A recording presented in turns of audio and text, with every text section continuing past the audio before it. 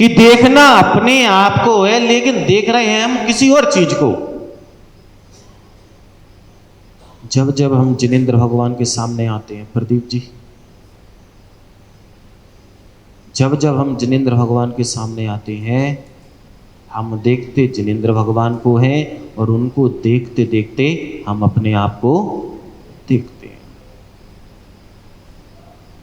जब आप घर से बाहर निकलते हो और निकलने से पहले आप सारी चीज भूल सकते हो, लेकिन आईने में अपना चेहरा बिना देखे घर से बाहर नहीं निकलते हैं ना कमल जी। एक बार देख तो लें कि हम कैसे लग रहे हैं। और आचार्य भगवान कहते हैं कि जैसे हम आईने में अपने शकल को देखकर, अच्छा ये बतलाओ, जब आईने में शकल देखते हो तो क्या देखते हो? बोलो भैया। इन लोगों को तो एक चोट हम मान सकते हैं कि बिना देखे निकल आए, लेकिन आपको हम ऐसी गलत फहमी भी नहीं मान, भ्रम भी नहीं पाल सकते कि जब बिना देखे घर से बाहर निकल जाओ। आचार्य कहते हैं कि जैसे हम आईने को देखकर अपनी चेहरा देखते हैं कि कहीं हमारे चेहरे में कुछ लगा तो नहीं है। अब आप बताओ विनोद जी, अगर चेहरे पे काला कुछ लगा हुआ है तो शीशे को साफ करूंगे कि अपने चेहरे को? जबकि दिख तो रहा तुम्हें आईने में। जैसे हम आईने को देखकर अपने चेहरे को साफ करते हैं, वैसे जिनेंद्र भगवान को देखकर हम अपनी आत्मा को साफ करते हैं। और जब जब हम जिनेंद्र भगवान के सामने आते हैं, हम इसीलिए आते हैं, हमारा लक्ष्य ये बिल्कुल नहीं होना चाहिए कि जिनेंद्र भगवान के सामने आकर हम यहाँ वहाँ की चीजें देखें।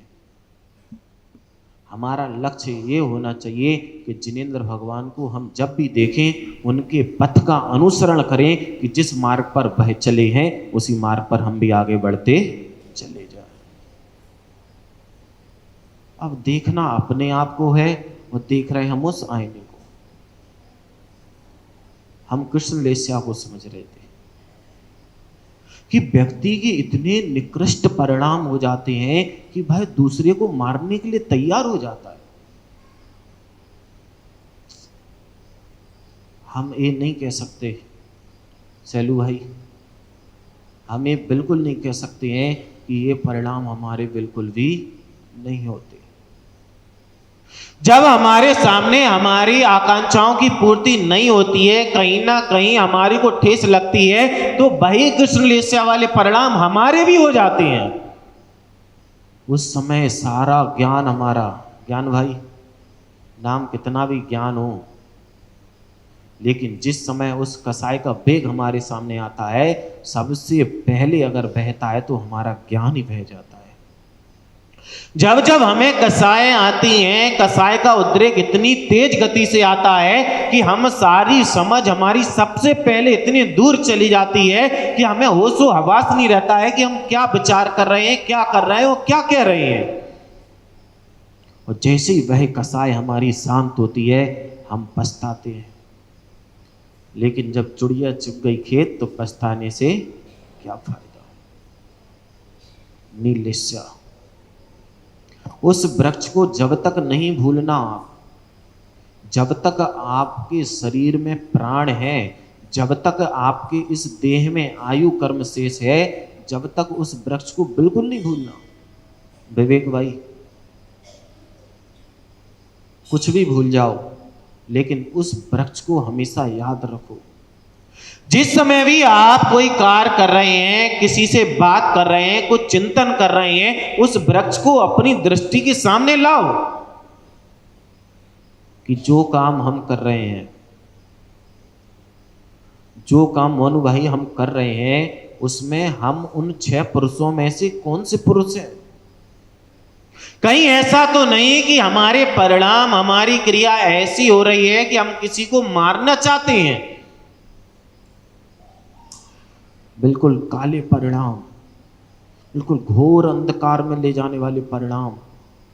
जब जब हमारे ऐसे परिणाम हो कि हमें सामने वाले को सीधा साफ करना है, तो समझ लेना कि हमारे उस समय कौन सी लेस्या है, कौन सी, निकू भाई, कौन सी लेस्या, कृष्ण लेस्या। इसके बाद आती है नील लेस्या। कौन सी, नील लेस्या। अगर दूर से आप देखोगे ना काला नीले रंग को, तो आपको कैसा दिखाई देगा, काला सा। लेकिन पास से देखोगे तो वो काला नहीं होगा। कहने का तात्पर्य है कि जैसे कृष्ण लेस्या में परिणाम होते हैं, नील लेस्या में भी लगभग लगभग वैसे ही परिणाम होते हैं। बिल्कुल सेम टू सेम परिणाम नहीं होते हैं, लेकिन लगभग लगभग वहां तक पहुंच जाते हैं। नील लेस्या कि जो कृष्ण लेस्या वाला पुरुष था, वह उस वृक्ष को जड़ से काट रहा था, लेकिन नील लेस्या वाला उस जड़ से नहीं काटेगा, लेकिन ऐसा काम करेगा कि वह जीवित भी ना रहे। अब आप देखो मम्मी भाई, जब किसी से लड़ाई हो जाए, जब किसी से लड़ाई हो जाए और ये मन में विचार आ जाता है बाबूलाल जी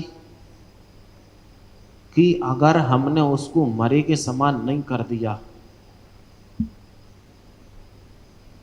हम उसको ऐसा करके छोड़ेंगे कि ना तो जी पाएगा और ना ही मर पाएगा। देखो आप उन परिणामों को कि कितनी निकृष्टता चल रही है हमारे परिणामों में, कि हम जो सामने वाले व्यक्ति के बारे में सोच रहे हैं कि हम इसके साथ ऐसा सलूक करेंगे, ऐसी स्थिति निर्मित करेंगे, ऐसी परिस्थिति निर्मित करेंगे कि ये जीता तो रहेगा लेकिन जी बिल्कुल भी नहीं पाएगा।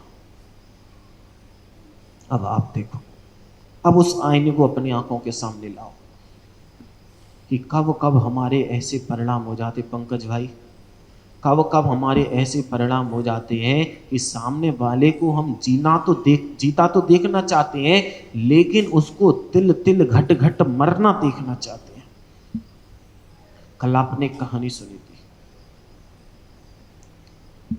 महामुनि चरम शरीरी अभय घोष मुनिराज। हम ये बिल्कुल नहीं कह सकते संजय भाई कि हमारे परिणाम ऐसे नहीं हो सकते। आप देखो कि भाई अभय घोष मुनिराज जो चरम शरीरी हैं, उसी भाव से मोक्ष जाने वाले हैं। जो मोक्ष जाने वाला जीव हो, जब उसके इतने खराब परिणाम हो सकते हैं, इतनी कलुषता उसके मन में आ सकती है, तो हम तो कितना भी अपने आप को संभाल लें, हमारे परिणाम तो वैसे होना स्वाभाविक है। विनोद जी, लोगों के अपने अपने भी शौक होते हैं। भंसू भाई, किसी को किसी चीज का शौक, किसी को किस चीज का शौक। कोई कोई नशा करता है, कोई कोई नशे में लीन रहता है, लेकिन किसी ना किसी का कुछ ना शौक जरूर होता है। अब उस वह दो लाइनें याद आती है, जिसका जैसा मन होता है वह वैसा जुनून रखता है। जिसका जैसा मन होता है वह वैसा जुनून रखता है। कोई पंछियों के लिए दाना तो कोई तीर कमान रखता है। आप देखो, आप जब जीवों को देखते हैं तो आप उनके जीने की भावना बनाते हैं कि उनके जीवन के हरण की भावना बनाते हैं। वह अभय घोष मुनिराज, उनको भी शौक थे, उनको भी शौक थे।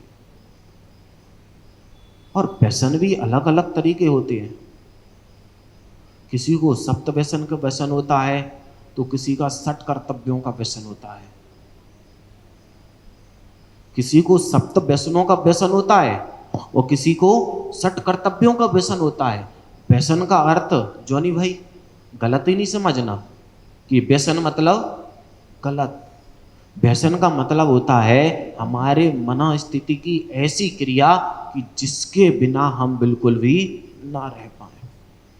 अब आप सोचो नरेश भाई, आपको किस चीज का शौक है? सोचो सोचो, जितनी मैया बैठी हैं सब विचार करके देखो कि सारे 24 घंटे में ऐसा कौन सा मोमेंट आता है कि उस मोमेंट को हम किसी भी कंडीशन में छोड़ना नहीं चाहते।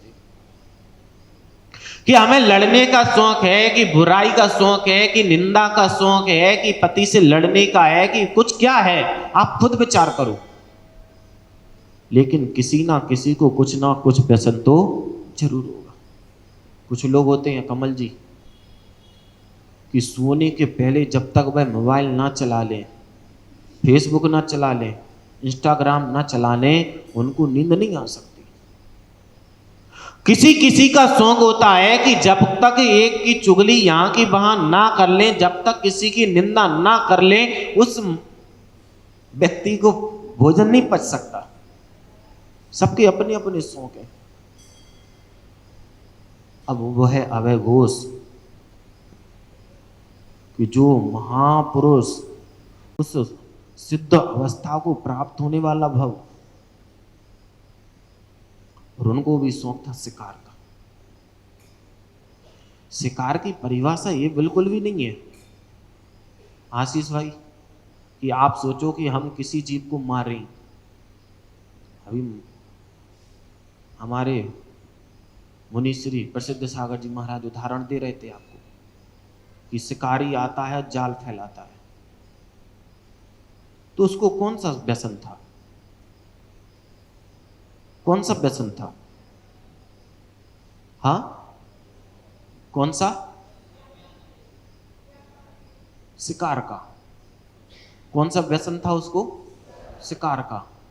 अब वो बात अलग है कि लक्ष्य उसका कुछ भी हो, लक्ष्य आपका कुछ भी है, लेकिन आपकी क्रिया बहुत महत्वपूर्ण होती है। आप ये बिल्कुल मत सोच के रहना कि जब तक हम किसी जीव को मार नहीं रहे तब तक वह शिकार नहीं है। अब आप देखो, अपने घर के अंदर झांक कर देखो, अपनी दृष्टि को विनोद जी आंख बंद करके अपने घर पे लेकर जाओ कि आपकी धर्मपत्नी ने आपको खाना परोस दिया। जितनी माँ बैठी हैं सब लोग बढ़िया थाली लगा के बैठी हुई हैं, भोजन कर रही हैं। आपने भोजन किया और उसको ऐसे ही, थाली को ऐसे ही छोड़ दिया। कैसे छोड़ दिया? पहले का समय याद होगा आपको, जो लोग खाना खाते थे उस थाली को धोकर पीते थे। ऐसे कौन व्यक्ति है जो आज भी थाली धोकर पीता है? एक और, मतलब सारी के दो, एक इधर एक उधर, बाकी के बाकी सारी के सारी शिकारी हैं। आपने खाना खाया, आपने झूठी थाली को ऐसे ही छोड़ दिया, मतलब आपने शिकारी की तरह जाल फैला दिया। आप जीव आते रहे, उसमें फंसते रहे और मरते रहे। अब हो सकता कोई ज्ञानी बैठा हो यहां पर, कोई ज्ञानी ऐसा बैठा हो, वह कहे कि महाराज जी ऐसा कैसे हो सकता। अब आप आगम की सूक्ष्म दृष्टि को देखो। आगम कहता है कि जहां पर भी आपने झूठन छोड़ा है, जिस थाली में आपने झूठन छोड़ा है, उस थाली में इतने समूचन जीव की उत्पत्ति हो रही है, इतने जीव की उत्पत्ति हो रही है। और जब आप उसको धोने बैठोगे तो कैसे धोओगे?